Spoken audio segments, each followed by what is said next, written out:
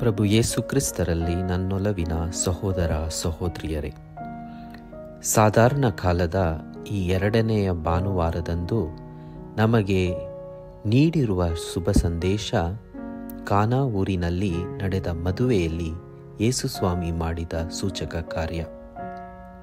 ಅದೇ ರೀತಿಯಲ್ಲಿ ಇಂದಿನ ಭಾನುವಾರವನ್ನು ದೈವವಾಕ್ಯದ ಭಾನುವಾರ ಎಂದು ಆಚರಿಸುತ್ತಿದ್ದೇವೆ.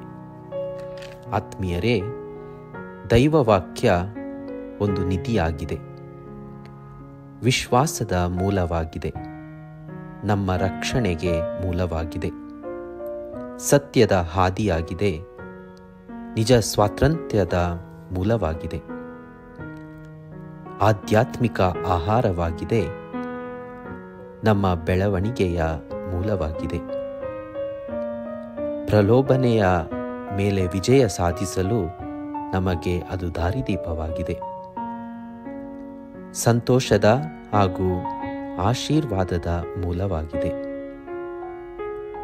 ಪಾವಿತ್ರತೆಯ ಮೂಲವಾಗಿದೆ, ಸಾಂತ್ವನದ ಮೂಲವಾಗಿದೆ. ಪ್ರಿಯರೇ, ಅದೇ ರೀತಿಯಲ್ಲಿ ನಮ್ಮ ಪ್ರಾರ್ಥನೆಗೆ ಉತ್ತರವನ್ನು ನಾವು ಅದೇ ದೈವವಾಕ್ಯದಲ್ಲಿ ಕಂಡುಕೊಳ್ಳುತ್ತೇವೆ. ನಮ್ಮ ವಿಜಯದ ಮೂಲವಾಗಿದೆ ದೈವವಾಕ್ಯ.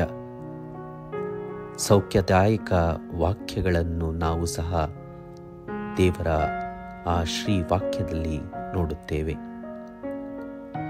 ಕಡೆಯದಾಗಿ ನಮ್ಮ ಭರವಸೆಯ ಮೂಲವಾಗಿದೆ ದೈವವಾಕ್ಯ. ನಮ್ಮ ಮನೆಗಳಲ್ಲಿ ಅಥವಾ ಸಾಧಾರಣವಾಗಿ ನಡೆಯುವ ಮದುವೆಗಳಲ್ಲಿ ಸಂಬಂಧಿಕರು ಮತ್ತು ಸ್ನೇಹಿತರು ಒಂದು ಸೇರಿ ಸಮಯ ಕಳೆಯುತ್ತಾರೆ. ಕೆಲವರು ತಪ್ಪು ಕೊರತೆಗಳನ್ನು ಹುಡುಕುತ್ತಾ ಬರುತ್ತಾರೆ. ಆದರೆ ನಮ್ಮಲ್ಲಿರುವ ಕೊರತೆಗಳಿಗೆ ಕೈ ಜೋಡಿಸಲು ಯಾರೂ ಮುಂದೆ ಬರುವುದಿಲ್ಲ ಸಾಧಾರಣವಾಗಿ.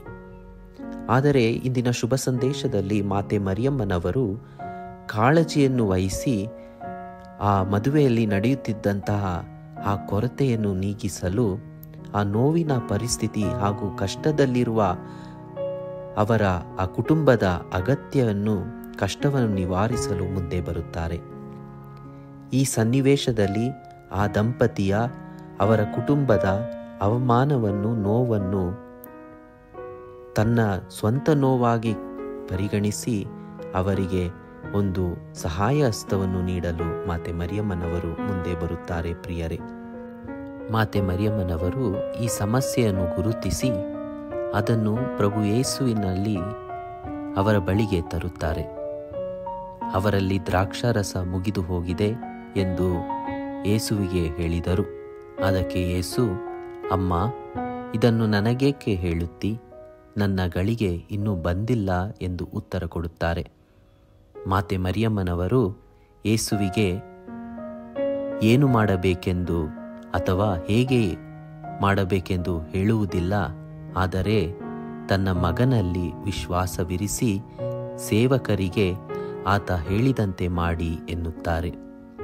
ಆತ್ಮೀಯರೇ, ನಮಗೆಲ್ಲರಿಗೂ ತಿಳಿದಿದೆ, ಈ ಶುಭ ಸಂದೇಶದ ಭಾಗದಿಂದ ನಾವು ತಿಳಿದುಕೊಳ್ಳುತ್ತೇವೆ, ತನ್ನ ತಾಯಿಯ ಕೋರಿಕೆಯನ್ನು ಪ್ರಭು ಯೇಸು ಈಡೇರಿಸುತ್ತಾರೆ. ಒಂದು ಸುಂದರವಾದ ಅದ್ಭುತವನ್ನು ಮಾಡುತ್ತಾರೆ. ಎಲ್ಲ ನಿರೀಕ್ಷೆಗೂ ಮೀರಿ ಆ ಅದ್ಭುತವನ್ನು ಮಾಡುತ್ತಾರೆ. ನಮ್ಮ ಜೀವನಕ್ಕೆ ಕಲಿಯಬೇಕಾದ ಪಾಠವೇನೆಂದರೆ, ನಾವು ಸಹ ಮಾತೆ ಮರಿಯಮ್ಮನವರಂತೆ ಸಂಪೂರ್ಣ ನಂಬಿಕೆ, ಭರವಸೆಯನ್ನು ಪ್ರಭು ಯೇಸುವಿನಲ್ಲಿ ಇಡಬೇಕಾಗಿದೆ. ಅವರನ್ನು ನಂಬುವವರಿಗೆ ನಿರಾಶೆ ಎಂದಿಗೂ ಇರದು. ನಮ್ಮ ಜೀವನದ ನೀರನ್ನು ಸಿಹಿಯಾದ ದ್ರಾಕ್ಷಾರಸವನ್ನಾಗಿ ಬದಲಾಯಿಸುವ ಶಕ್ತಿ ಪ್ರಭು ಕ್ರಿಸ್ತರಿಗೆ ಇದೆ. ಆತ್ಮೀಯರೇ, ಆದುದರಿಂದ ಮಾತೆ ಮರಿಯಮ್ಮನವರಂತೆ ಯೇಸು ಪ್ರಭುವನ್ನು ವಿಶ್ವಾಸಿಸಲು ಆ ಶ್ರೀ ಮಾತೆಯಿಂದ ಕಲಿಯೋಣ. ಆಮೆನ್.